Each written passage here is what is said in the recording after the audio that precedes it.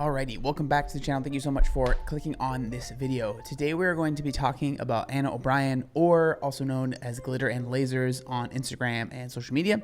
She recently went on her story and shared a story about her trying to get a flight to, I believe it was Finland, and she ended up not being able to make the flight because there was not enough room for her on the plane. And now obviously this is a story that we've heard quite a bit. This has been kind of going on a little bit more on the social media space, but Anna, I feel, did a pretty good job of sharing the experience and sharing her thoughts. And I wouldn't consider like me and Anna like super close friends, but she's definitely someone that we've talked about her on the channel a few times. I've talked to her a little bit behind the scenes, and I personally thought it was very interesting the way that she handled the whole situation. And so I just wanted to share that with y'all and honestly hear what y'all think about the whole situation. So without further ado, let's just get into it. So she shared all of this on her Instagram stories. So these are kind of ripped from there. So not the best quality or anything like that, but she kind of explains why she was even going to Finland here in this first clip. So I'm finally ready to share everything that happened in Finland, but first let's start with why I was there.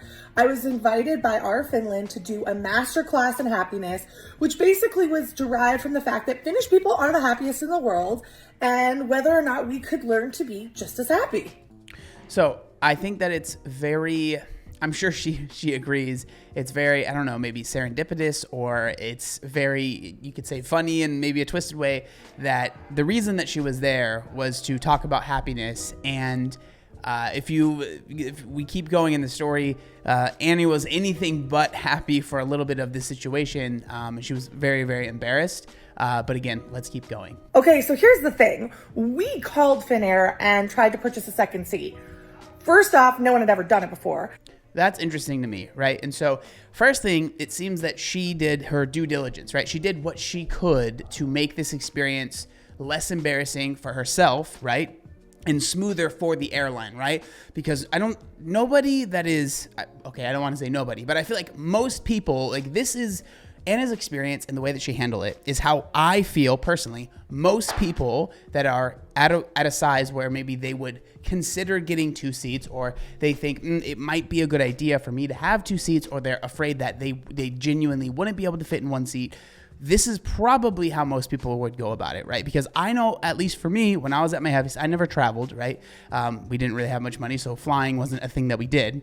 But I would have probably done something similar, because the last thing I would have wanted was extra attention and was people trying to, seeing that I was asking for a seatbelt extender or anything like that, right? If I just had an extra seat, it would just look like, oh, there's an extra seat next to that person, and you move on with your day, right? And so it seemed like she did try to go down that road.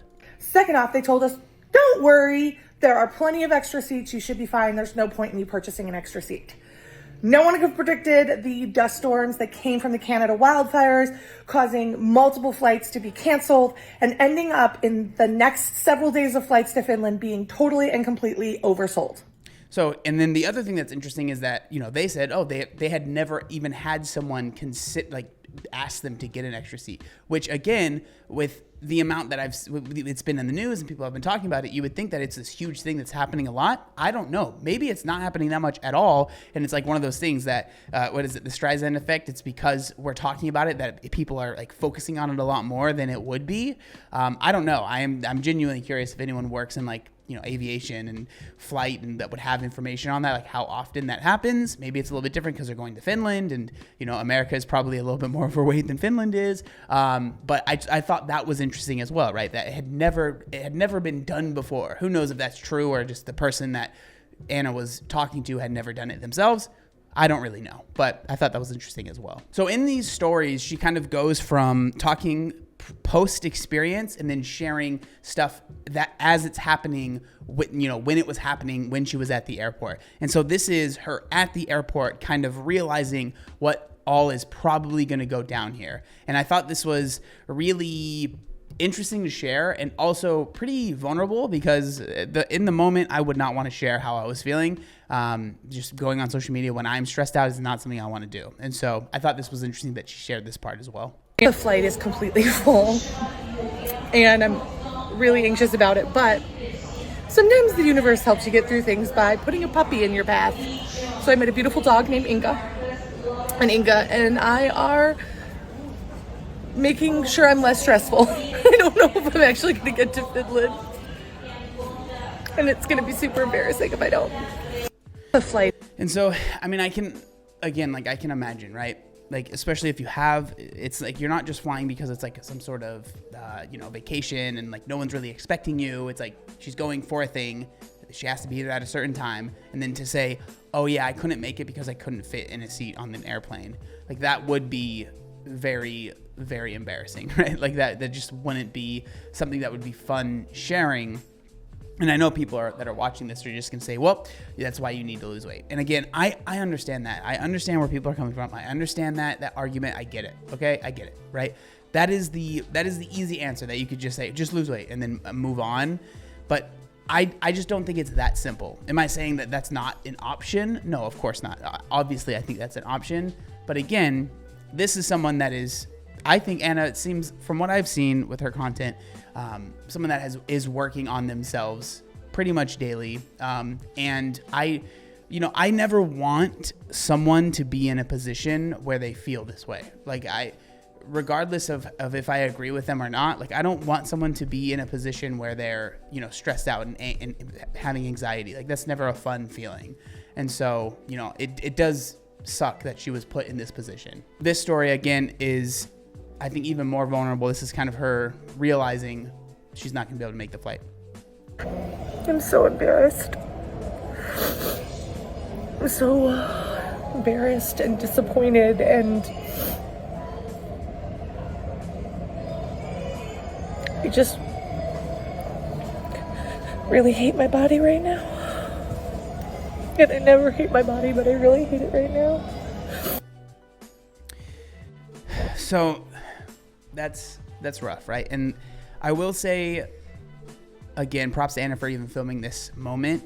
I do think that, like, obviously, I'm sure if you talk to her now, she would say, I don't normally hate my body, but I feel like that's being honest, right? There's so many people that like try and like, oh, I'm just positive, just got to be positive about stuff. Like that sucks, right? And I think credit to Anna for not being like, this is unacceptable and they need to change to suit me. Like, right, everyone else on the plane, everyone else, the whole airline, everyone else needs to change for me.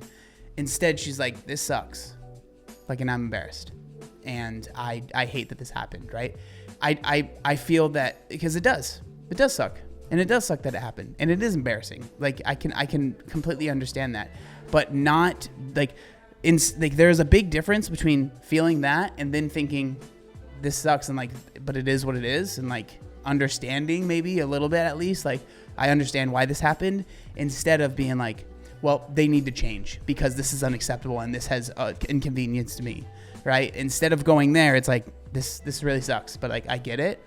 I'm not saying that that's exactly what she's saying here. I'm not going to put words in her mouth, but that's what I got out of it. At least is what I'm saying here. So this video, I can't play the audio because it'll get copyright, but this is her. She goes the next day, she's playing, Guess Who's Back. It's the Slim Shady song, the Eminem song. I forget the name of that song, but, she's playing that. And then she's at the airport the next day trying to get on the flight again to see if it will happen.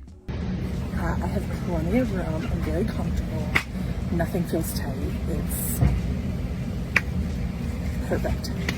It all worked out, right? She was able to get on the flight the next day and fly to Finland and do the thing that she was meant to do. And it wasn't a huge, like, obviously it was definitely probably a embarrassing moment and annoying and stressful and stuff like that. But at the end of the day, it all seemed to work out in her favor and she was able to actually get there. So the reason I shared this whole story was we learned a lot during this experience. And one of those things that I realized is sometimes I don't share the negative experiences I have enough. And I think that takes value away from the positive ones. So I'm already putting into practice some of the things I've learned, but we'll talk about that on another day. I really like that she goes on to say that because as someone that's on, like, I've been on social media for years now, I can understand that, right? Like when I'm in having a bad day or had a bad experience, I don't like to share that just because it's not even like I'm trying to be fake, but like if I have a bad experience, like the last thing I want to do is be on social media and then deal with other people's opinions on how I should react or how I should feel, or even if they agree with me, like seeing them be upset. Like it just doesn't, for me, it doesn't really help me. So I usually will avoid social media if I'm not feeling great. And especially with Anna, like a big part of her content is about just like being happy and confident, right? Like on her Instagram bio, it says like confidence queen, like being confident in your body, regardless of what people might think, stuff like that, right? And so to share this was definitely probably something that was very difficult for her. But at the end of the day, I think that this is obviously something that's happening more and more, right? Like people struggling to fit into airline seats, and then how do we deal with that? Again, I've talked about it before. I've always like I've thought like maybe if there was a way for you to buy like 1.5 seats, which I know might sound silly, but I feel like if you just allow people to purchase 2 seats for the price of 1, everyone would do that, right? Because like everyone wants more room. And so I just don't think that would work. But I think the price is still I think the price would still be high enough to where most people are like, oh, well, I'm not going to purchase that just so I can have some extra room. But if someone needs it, they could do that. Again, I'm not an expert. I don't know. That's like something that makes sense in my head. It might be completely like just absolutely not going to happen. That's like the stupidest idea ever. Certainly could be the case, right? But I mean, I've talked about this before, and I've always said like airline seats are small. And so like I'm not against them being bigger. That would be awesome, right? Will airlines ever do that? Because that would literally mean they make less profit. Or the other option is like maybe they make them bigger, but then the seats are now more expensive, and then now it's more prohibitive for other people that might not have the most income to actually be able to fly and enjoy that type of life. Like, is that really fair, right? Is that really fair to people that might be struggling with money, that because people are just getting bigger and fatter, right? We are going to make the seats bigger, which is great, but they're also going to cost more. And so now you're not going to be able to fly because you can't afford it. That doesn't seem fair either. And so I don't know. I don't have an answer. And so I'm genuinely curious. I just thought that this was a refreshing take on this whole thing. We've seen this so many times recently of people being very entitled when they are in the same position that Anna is in. Am I saying that the position that Anna is in is a great one, and it's like awesome that she went through that, and that like it's totally fine to be that size, and like everything should be good and everything should work out for you? No, not at all.